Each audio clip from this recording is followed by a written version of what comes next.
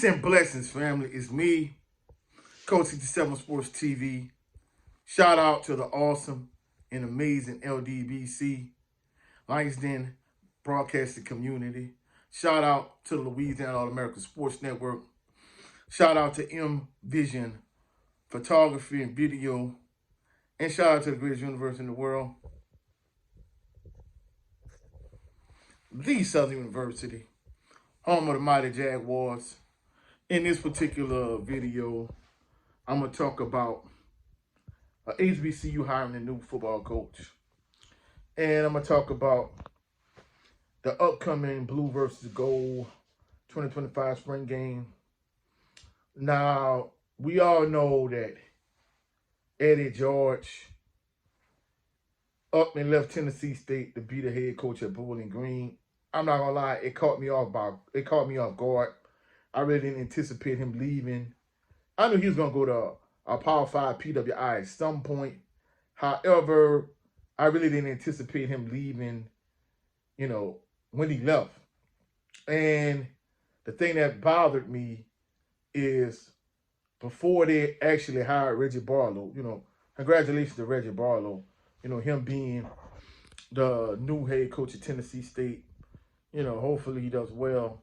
But on social media, prior to them hiring Reggie Barlow, there was rumors, some people even reported that they had hired former Tennessee Titans head coach Jeff Fisher. And I'm like, Jeff Fisher? Like, why would they hire him at Tennessee State? And, I guess, many people thought, well, hey, he coached Eddie George at, when he was with the Tennessee Titans. Hey, he would be a good head coach at Tennessee State. And I'm glad they ended up hiring Reggie Barlow. And I know some people are going to be like, well, Coach, why? The reason being is you already have a limited amount of jobs for black head coaches in the NFL. I mean, at this rate, a lot of NFL owners, they use the Rooney Rule as a joke. Don't get me wrong. It's a good tool to put in place. But at this point, the Rooney Rule, it's not doing what it's supposed to do. You only have so many head coaching jobs in college football, and you're going to give a white head coach an HBCU head coaching job. And I know, some people are going to be like, well, Coach, at one point, Alcorn State had a white head coach, and they did what I mean. It bothered me then, and the idea of a white head coach getting a head coaching job at HBCU, it bothers me now. Now, if you want to be assistant coach, cool, but head coach, nah, I'm not with it. I'm not even gonna lie, I'm not gonna sugarcoat it. Because like I say, you only have a limited amount of NFL head coaching jobs for black head coaches, a limited amount of coaching jobs at PWI Power 5 for black head coaches. Why would HBCUs want to hire a white coach? And I know some people are going to be like, oh, it's not about race. It's about hiring the best person for the job. Yeah, that's all cool. That's all well and good. But I'm not even going to sugarcoat it.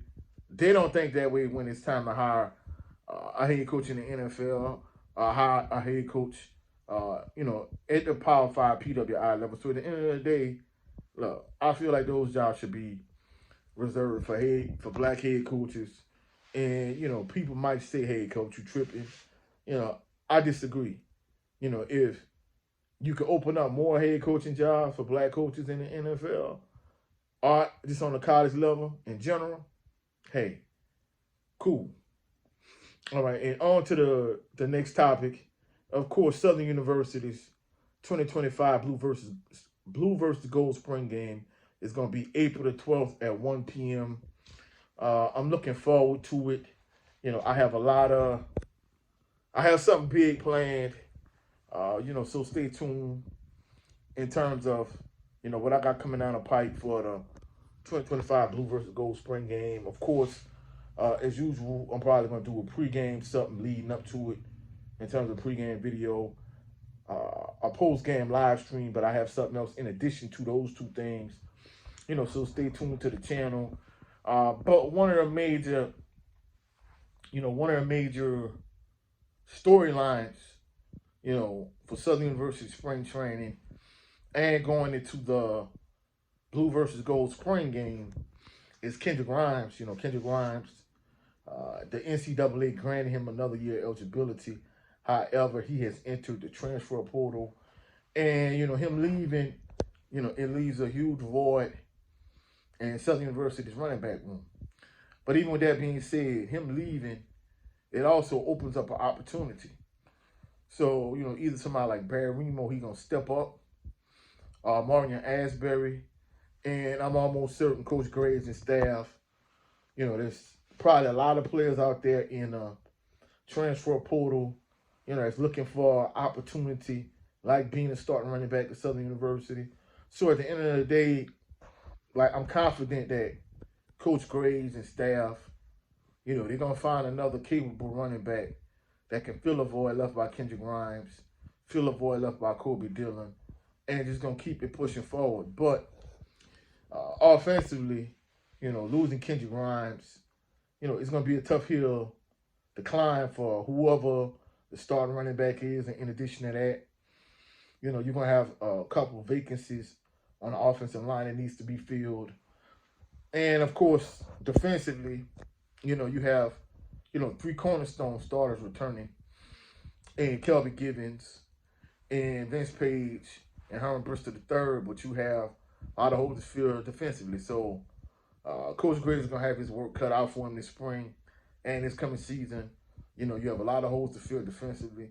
You have a lot of holes to fill on the offensive side of the ball. You know, basically two top running backs, well, all 3 of the top running backs gone from last season. But even with that being said, I think it's going to open an opportunity for, you know, one of the running backs you already have on your roster to step up. And in addition to that, one of the running backs that you're going to have to come in. So we know they're probably going to bring in a couple more running backs, and that's going to give them a golden opportunity to step up to the plate and be the guy because, hey, you know, who would have thought, you know, Melvin Williams Jr. would have did what he did? You know, who would have thought after, you know, he was academically ineligible for that 1 year, who would have thought Steve Warford was going to, you know, come from Cal and do what he did? And I just kind of go on down the line, all the artillery, you know, just Southern University has just been known for cranking out running back after running back after running back. But, you know, I think it's time that, you know, they get, you know, elite level players on the offensive side of the ball. The offense needs to transcend and match the defense. I think if the offense could do just as good as the defense has done the past couple of years, and the defense could match what it has done the past couple of years, I think Southern University is a team of being in great shape. But that's it for this video. If you find any value in this video, please like the video, share the video, comment in the comment section, subscribe to the channel. Also, click the notification bell so you can be alerted anytime I post any new videos. Also, catch me at Coach 67 Sports TV on all social media platforms, on Instagram, on X, which is formerly known as Twitter, on TikTok, so on and so forth. Also, go check out my brother Jared 11 Green, Southern Baller Show, every Sunday, 3:30 p.m. Central Standard Time every Sunday. And every other Saturday, we do the Black Man's Perspective. This coming Saturday is going to be episode 2 of the Black Man's Perspective. Go check out his channel. Also, go check out my brother Brent Fox on his channel with his show, It's Just Me Starring Brent Fox. And go check out all the LDBC family members that I have posted in the post section of this channel. I'll catch y'all on the rebound. Y'all have a blessed, phenomenal evening. I'll be back with more Southern University content. Peace and blessings.